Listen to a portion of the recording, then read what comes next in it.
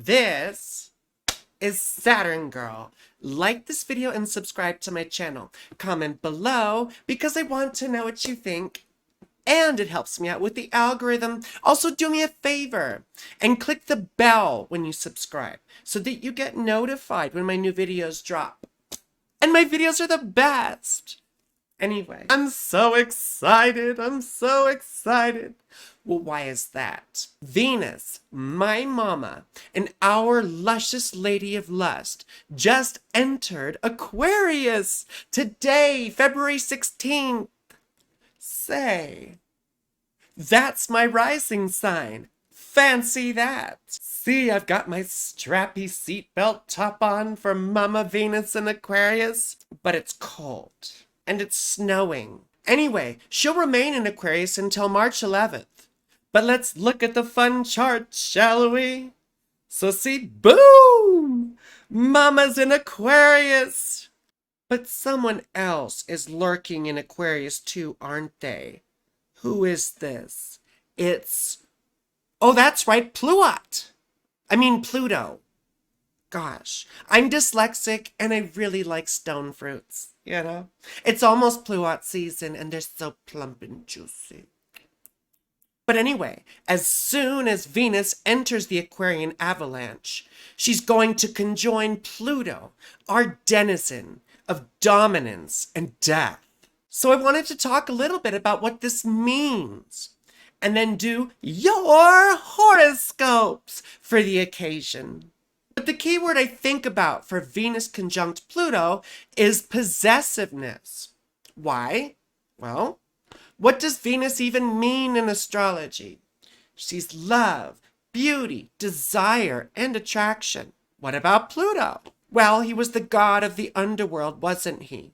Therefore, he represents will, power, death, and wealth. And what do you get when power influences attraction? Possessiveness. Duh. We could see lies and manipulation, insecurity. We see predatory attraction. It's like the lioness crouching in the brush, right? Scoping you out. We see a desire to control, and yes, to possess. I think of the myth of Hades and Persephone, or Pluto and Persephone. It doesn't really matter. We're going to use those names interchangeably. But in the myth, Hades is desperately in love with Persephone, one of Zeus's beautiful daughters. So he asks Zeus if he can marry her. And Zeus, being the caring, loving father that he is, says, oh yeah, just grab her. She's over there. So of course, Pluto just up and takes her without saying anything. I mean, this is basically kidnapping. But the father said it was okay? Anyway, Persephone does fall in love with him though, and they get quite attached. Meanwhile, up on the surface world, Persephone's mom Demeter is completely irate that her daughter has gone missing. And she unleashes a deadly perpetual winter in retaliation. Persephone gets wind of this and she says to Pluto, yo, homie, I love you, but my mom is up on the surface being a homicidal Elsa. This is like the R-rated version of Frozen. So I need to go back up to the surface to set things right. But don't worry, I'm coming back because, well, I love you and junk. And Pluto responds with, oh, sure, I trust you.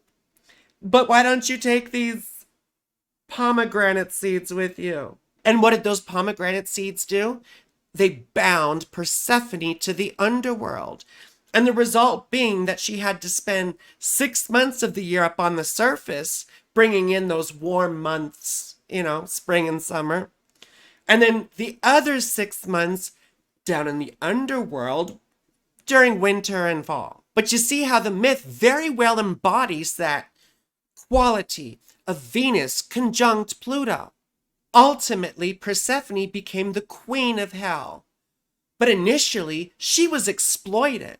This transit is very indicative of exploitation, particularly of women. Remember that Venus rules women and feminine things, while Pluto seeks to dominate and control. So we frequently see sexual exploitation and violence against women associated with this transit. I did a whole other video a year ago connecting Venus-Pluto aspects to the events in the Jeffrey Epstein timeline, and it's pretty uncanny how they line up. In fact, Venus was conjunct Pluto when Jeffrey Epstein's partner in crime, Ghislaine Maxwell, was found guilty of trafficking. Around the same time, famous CNN anchor Chris Cuomo was fired for, number one, he had sexual harassment allegations that came out. And number two, he was illegally advising his brother on how to deal with his own harassment allegations.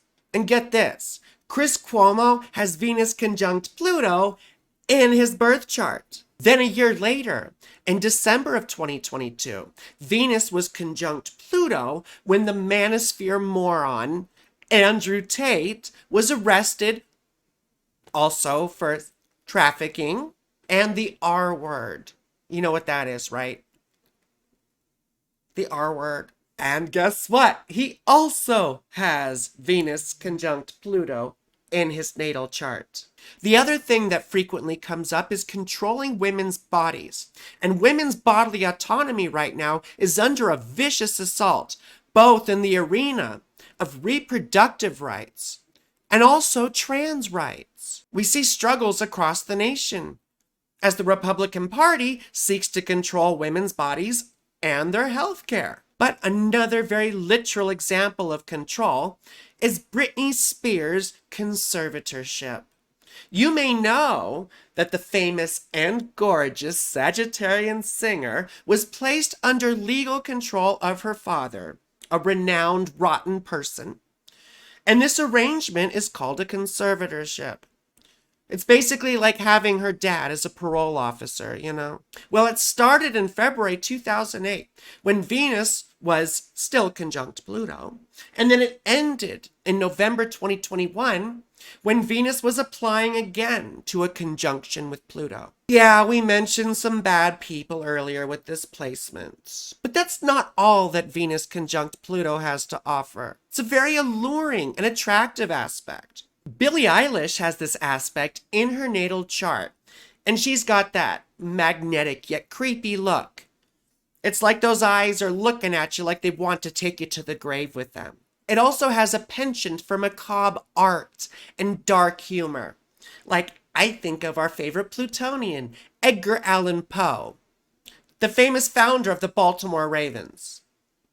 I mean, the famous author of the poem The Raven, right? Where he pines over some lady named Lenore, and this stupid raven in his room keeps saying, "Nevermore." But we haven't even talked about Venus in Aquarius yet. I think of Venus in Capricorn sort of like Daria, whereas Venus in Aquarius is more like Jane, you know? Like, put on those ripped fishnets and the spike bracelets, my darlings. Both are Saturn-ruled signs.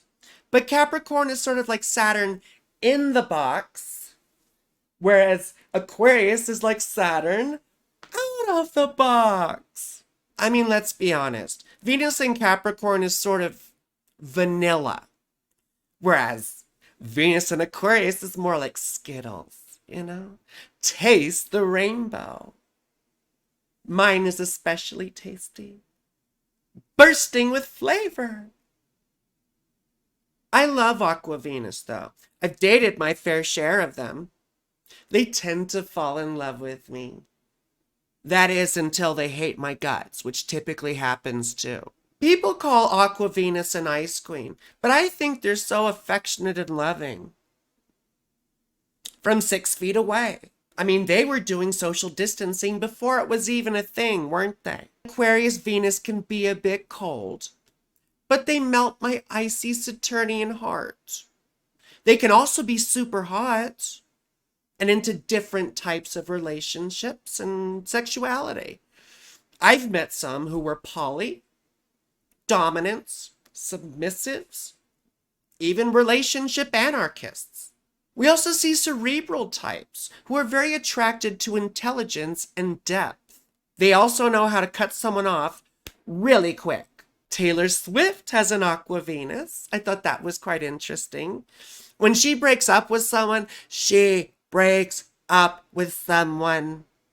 It's the scorched earth policy. Nothing is left. Well, and Paris Hilton also has this. I mean, when I was younger, she was sort of known for her promiscuity and her famous sex tape. But we don't slut shame here because I'm a very proud one.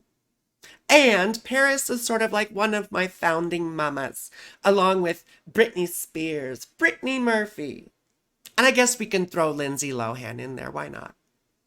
And apparently Stephen Hawking had an Aqua Venus. He was once a famous physicist, but now he's going to be remembered for his fetish for watching undressed little persons solve complex equations on high chalkboards. But enough about miniature math. What does this all mean for you?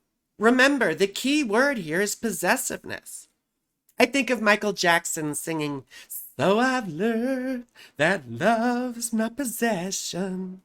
The trick here is not to take ourselves too seriously, and instead use that curious and adventurous Aquarian spirit to challenge your ideas of what is beautiful and what is pleasurable. I mean, it's time to try new things, isn't it? Anyway, that means it's time to do your horoscopes. Remember, we do these for each rising sign, but you need to know your birth time in order to know your rising sign. So if you don't know it, then you can watch for your sun sign. The house that Venus is entering for you will show where you get some relief, pleasure, or harmony over the next 3 weeks or so. So let's start off with Aries Rising. What do we have in store for our Aries homies? Well, this means Venus is entering your 11th house of hopes and friends. This is the popularity placement. Recognize it's time to socialize. You'll seem more interesting than usual and more likely to make friends and connections. You need to hit up some events. Maybe kinky events? Regardless, it's a generally optimistic time for you, and people around you will be more supportive of you and your goals. If you have any sort of an audience, well, you'll likely get a good reception, so please enjoy it while you can. But what about our Taurus Rising homies? Well, this is Venus entering your 10th house of life direction. This is sort of like an opportunity placement. It's time to sell yourself in a good way. You could find yourself getting noticed at work. Maybe you have an interview coming up. If you don't, make sure to get your resume polished because opportunities may pop up and you need to be ready. You'll find yourself attracting some well-deserved attention, so relish it. Alternatively, though, a female boss, colleague, or mentor could help you advance your career or set you in a new direction. But what about our Gemini Rising homies?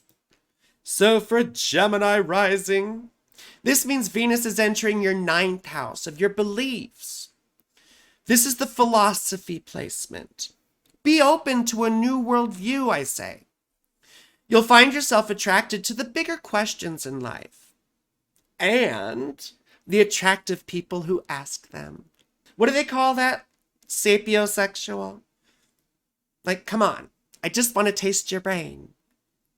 And I don't mean like The Walking Dead. This isn't a time to be aggressive about what you believe, though.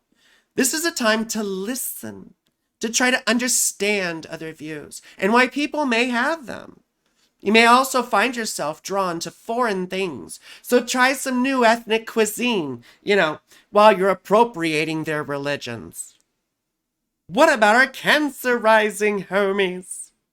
Well, this means Venus is entering your 8th house of death and debt. When I think of this placement, I think of gifts, forgiveness, and reconciliation.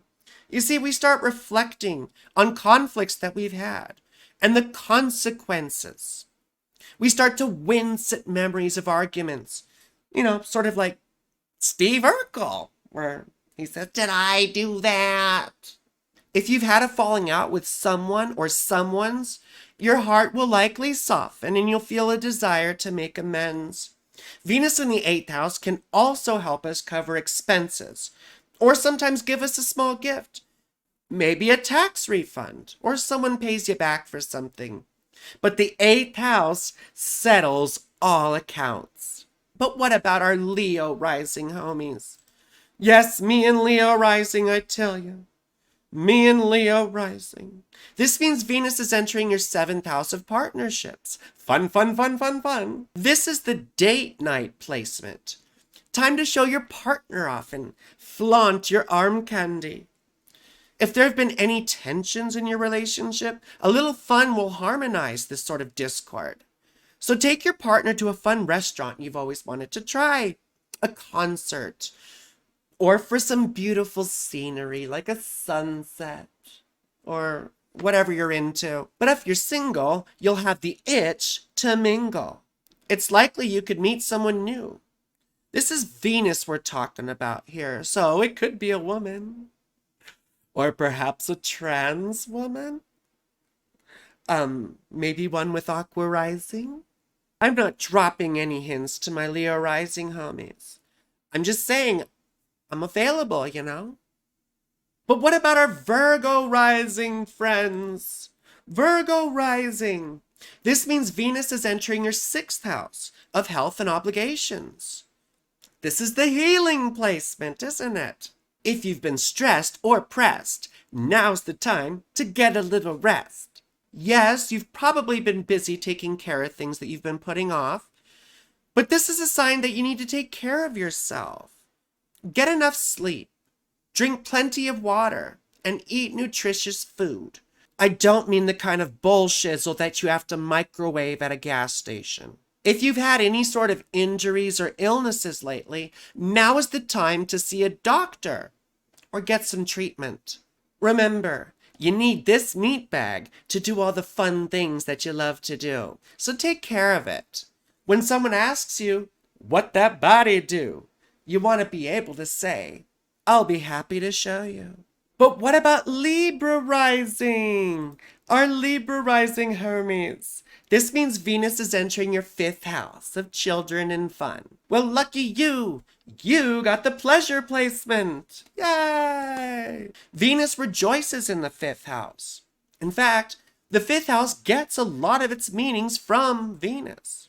To my fellow parents out there, this is a very brief respite from your children torturing you with more silly requests than a Starbucks customer. Like, can I have steamed rat's milk with that? But take your kids out to do fun things. I mean, things that you'll enjoy too. Like get outdoors, go sledding, or go to one of those trampoline places, you know? Trumpampoline, trumpampoline. You know those places where you get the good kind of grippy socks? And not the, well, you know. You also need to focus on stuff that you enjoy too. This is also about your fun. You'll likely feel quite amorous, you know. So, you gotta get your O's in. Your cheery O's.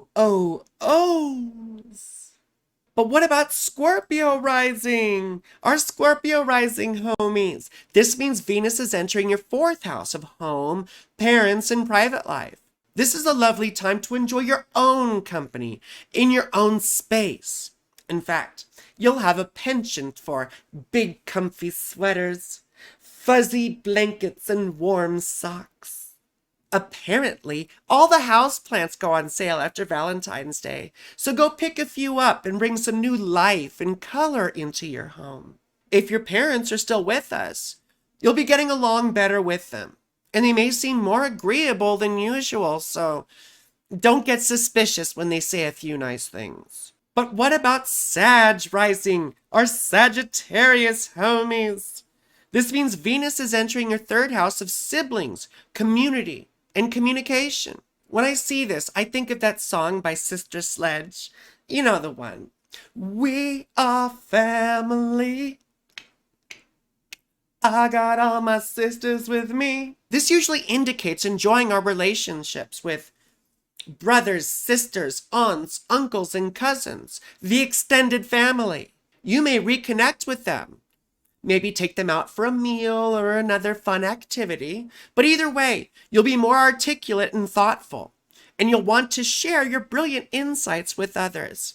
This is also a great time to get out in your community, your city, and hit up some local events like farmers markets, museums, or art exhibitions. But what about Capricorn?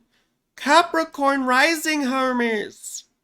My other Saturn girls. Venus is entering your second house of money and finances. This is nice. Like Ice Cube said, life ain't nothing but money. You know what I mean? I think of retail therapy a little bit here, but it doesn't mean going overboard like Mars likes to do in the second house.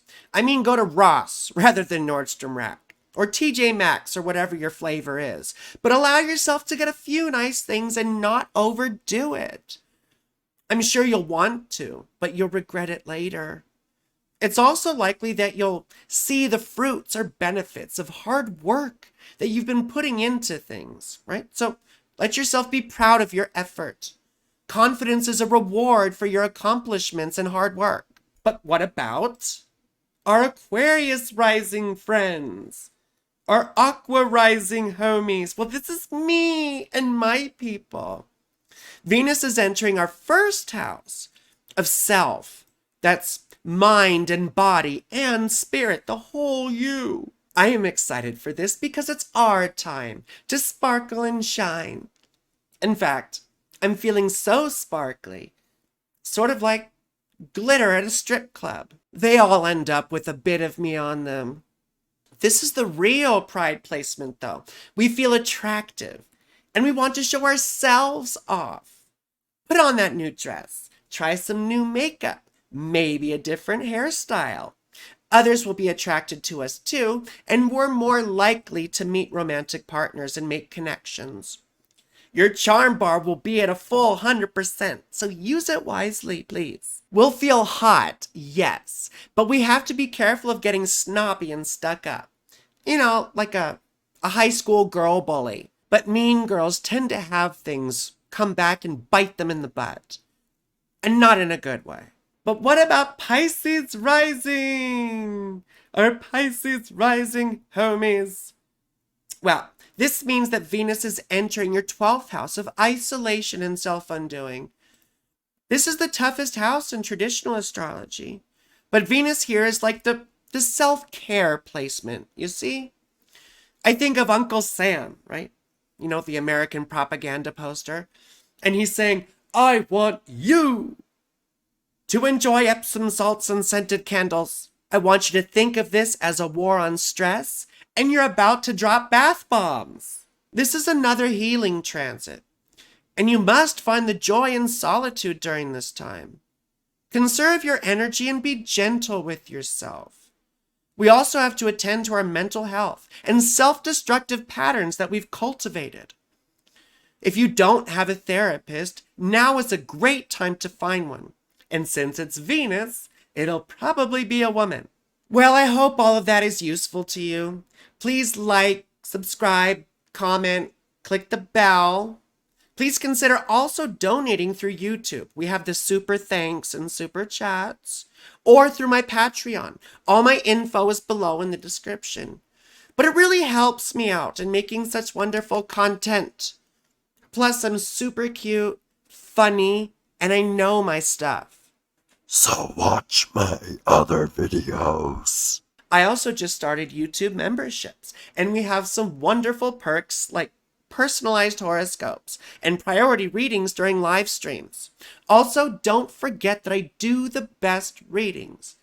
It's science. You can find all my contact information below or visit my website, frankielynch.com, to book. But most importantly, I love you. You're beautiful and have a spectacular, whatever it is you're having.